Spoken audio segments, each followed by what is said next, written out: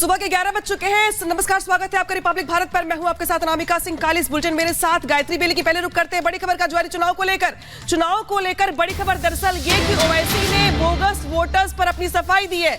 ओवैसी ने कहा है कि ये आरोप निराधार है। आप चुनाव आयोग पर सवाल कर रही है क्योंकि वोटर लिस्ट वही फाइनल करता है, यानी कि जो वोटर लिस्ट होती है चुनाव आयोग की ओर से इसकी स्क्रूटनी की जाती है। तो वही बता दें आपको कि माधवी लता जो खड़ी है ओवैसी के खिलाफ, उन्होंने बोगस वोटिंग को लेकर के, बोगस वोटिंग लिस्ट को लेकर के यहाँ पे आरोप लगाए थे, जिस पर ओवैसी ने जवाब दिया है और ये कहा है कि दरअसल ये आरोप निराधार है। ये आरोप निराधार इसलिए है क्योंकि ये जो वोटर लिस्ट होती है वो चुनाव आयोग की ओर से तैयार करवाया जाता है, लिहाजा ये आप चुनाव आयोग पे सवाल खड़े कर रहे हैं। उनकी ओर से ये भी कटाक्ष किया गया। माधवी लता ने ये आरोप लगाए थे कि बोगस वोटिंग लिस्ट यहाँ पर तैयार करवाई जाती है, जिसके जरिए ओवैसी इस सीट पर जीत हासिल करते आए हैं। इस पर ओवैसी की ओर से सफाई दी गई है और कहा गया कि ये सारे आरोप निराधार है। सुनिए।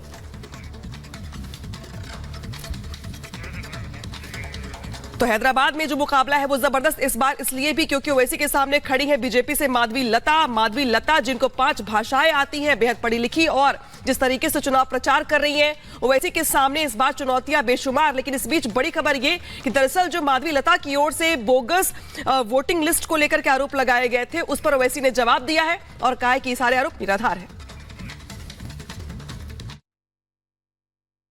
ओवैसी जी को जब 5,13,000 वोट मिले हैं, 15,000 वोट मिले हैं, मुझे पहले ये आपको साफ करने दीजिए, बताने दीजिए कि यहाँ पे आधा से ज़्यादा बोगस वोट्स है और हम अब की बार पूरा प्रयास कर रहे हैं।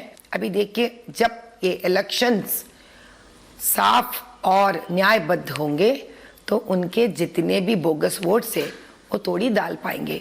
जब वो बोगस वोट्स नहीं डालेंगे तो आप देखेंगे हम लोग तकरीबन 2 लाख से आगे बढ़ चुके होंगे उनसे भी।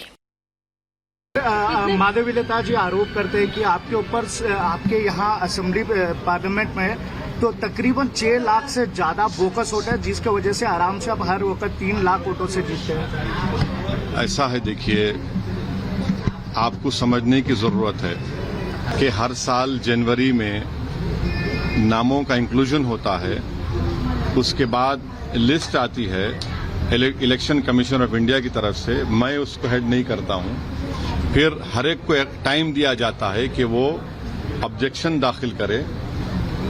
उसकी टाइम खत्म हो जाने के बाद फाइनल वोटर लिस्ट आती है। फिर इलेक्शन से पहले एडिशनल एंड डिलीशन की लिस्ट आने वाली है।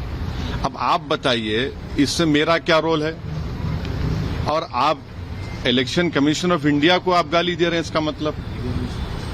तो ये ऐसा है, हर पार्टी आती है और चुनाव से पहले इस तरह की बात करते हैं, मगर रियलिटी तो कुछ और ही है। और इस तरह की बात करने से आप हैदराबाद की इलेक्टोरेट को, जिसमें बैकवर्ड क्लास के हमारे भाई हैं, दलित भाई हैं, अल्पसंख्यक समाज, मुसलमान हैं, क्रिश्चियन हैं, उनकी आप तौहीन कर रहे हैं कि वो निकल कर वोट डाल रहे हैं और उनके वोट की वजह से सब पार्टीज को वोट मिल रहे और एमआईएम को कामयाबी मिल रही।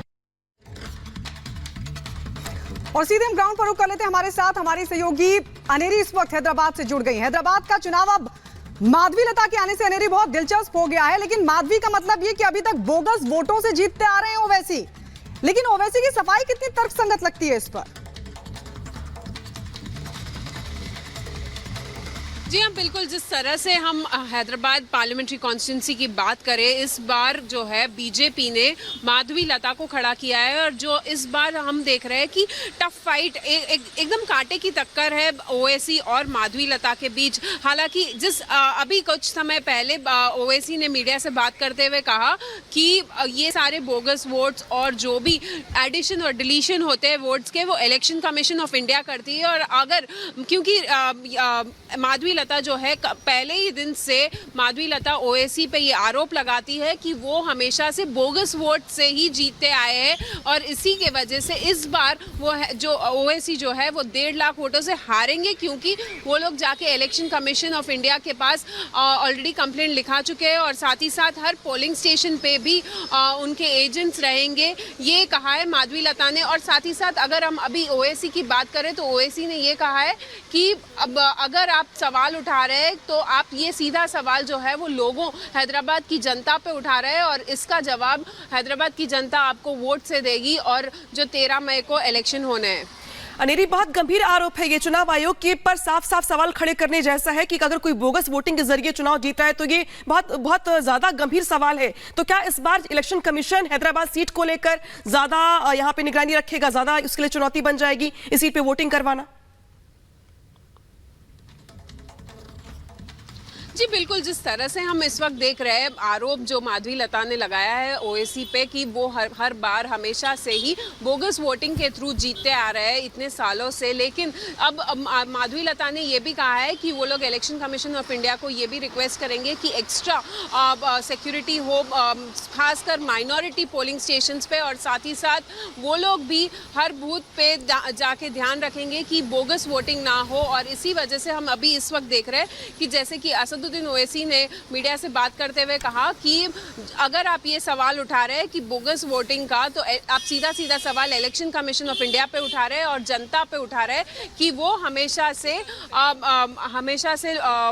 बोगस वोट्स के थ्रू जीता है। लेकिन ये गलत है क्योंकि हर साल इलेक्शन कमीशन ऑफ इंडिया जो है वो डिलीशन करता है वोट्स की, जो गलत वोट्स है, जो डिलीटेड वोट्स है वो भी निकाले जाते हैं। तो आप सीधा सीधा सवाल जो है वो इलेक्शन कमीशन ऑफ इंडिया पे उठा रहे हैं ताकि और साथ ही साथ ओवैसी ने ये कहा कि इतने सालों से आप कहाँ थे जब अब आके ये सवाल उठा रहे हैं। तो अब हमें देखना होगा कि किस तरह से आगे चुनाव में प्रचार होगा और किस तरह से कांटे की टक्कर होगी हैदराबाद के पार्लियामेंट्री कॉन्स्टिट्यूंसी की सीट पे बात की जाए तो।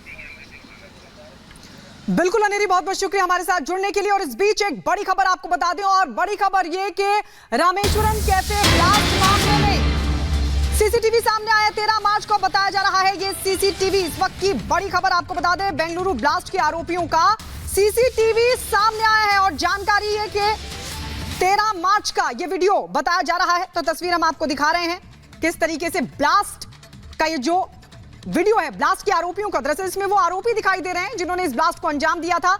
एनआईए की गिरफ्त में आतंकी। बेंगलुरु ब्लास्ट का बंगाल कनेक्शन सामने आया है। ये जो तस्वीरें आप देख रहे हैं, दरअसल ये जो लोग आपको सर्कल में दिखाई दे रहे हैं ये वो लोग हैं जो कि आरोपी बताए जा रहे हैं, बेंगलुरु ब्लास्ट के आरोपी बताए जा रहे हैं और अब ये कैमरे में कैद हुए हैं। दरअसल 13 मार्च को जो ये सीसीटीवी फुटेज 13 मार्च का बताया जा रहा है, 13 मार्च को ये जो आरोपी हैं वो सीसीटीवी में रिकॉर्ड हुए, जिसका वीडियो अब सामने आया है।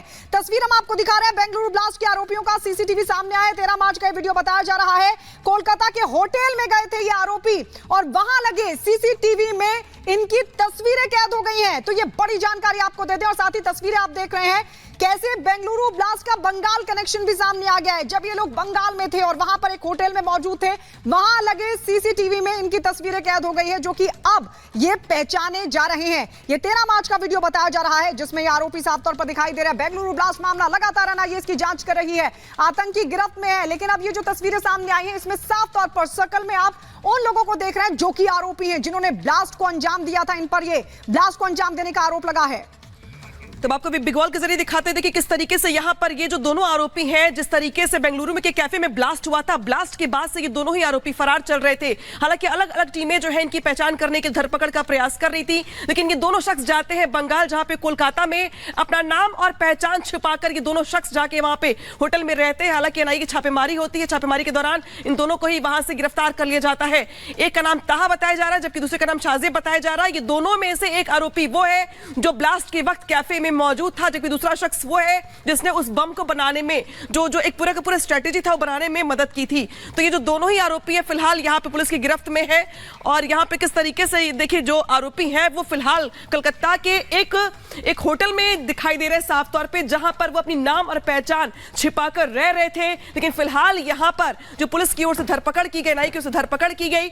अब एनआईए की गिरफ्त में ये आतंकी, इनसे लगातार पूछताछ की जा रही है, जानने का ये प्रयास कि आखिर किसकी शय पर इन्होंने ये घटना को अंजाम दिया था, किस संगठन से ये जुड़े हुए हैं और क्या इनकी रणनीति थी। और अब बात बिहार की सियासत की। बिहार की सियासत से जुड़ी बड़ी खबर यह है कि आरजेडी ने अपना घोषणा पत्र जारी कर दिया। परिवर्तन पत्र के नाम से घोषणा पत्र को जारी किया 24 के लिए। आरजेडी के 24 वचन तेजस्वी यादव ने 1 करोड़ नौकरी का वादा किया। देश में 30 लाख नौकरियों का वादा भी किया गया है। आपको बता दें, बिहार को विशेष राज्य का दर्जा दिलाएंगे, ये दावा है तेजस्वी यादव का। अग्निवीर योजना खत्म करने की बात भी इस मैनिफेस्टो के जरिए कही है तेजस्वी यादव ने। तमिलनाडु की तर्ज पर आरक्षण की सीमा को बढ़ाने का वादा भी किया गया है। तो आपको बता दें, आरजेडी ने अपना घोषणा पत्र जारी कर दिया है और इस घोषणा पत्र के मुताबिक 21 वचन के नाम से जारी किए गए इस मैनिफेस्टो में नौकरियों का दावा किया गया है। 500 रुपए में देंगे गैस सिलेंडर, यानी मिडिल क्लास को भी कहीं ना कहीं सेट करने की कोशिश की है।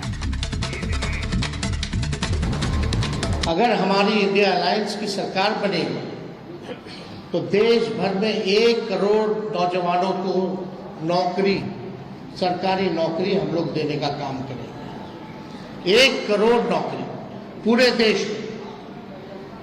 पूरे देश में 30 लाख नौकरियां जो है रिक्त पड़ी है, उसको तो भरेंगे ही भरेंगे, लेकिन 70 लाख नौकरी का जो है पदों का हम लोग सृजन करेंगे। आप लोग जानते हैं, नौकरी, बेरोजगारी सबसे बड़ा हम लोगों का दुश्मन है। आज भाजपा के लोग इस पे कोई चर्चा नहीं करते। 2 करोड़ हर साल उन्होंने नौकरी का वादा किया था, लेकिन हम लोग सच्चे लोग हैं, जो कहते हैं वो करके दिखाते हैं। तो पूरे देश भर में 1 करोड़ लोगों को हम लोग जो है सरकारी नौकरी देने का काम करेंगे।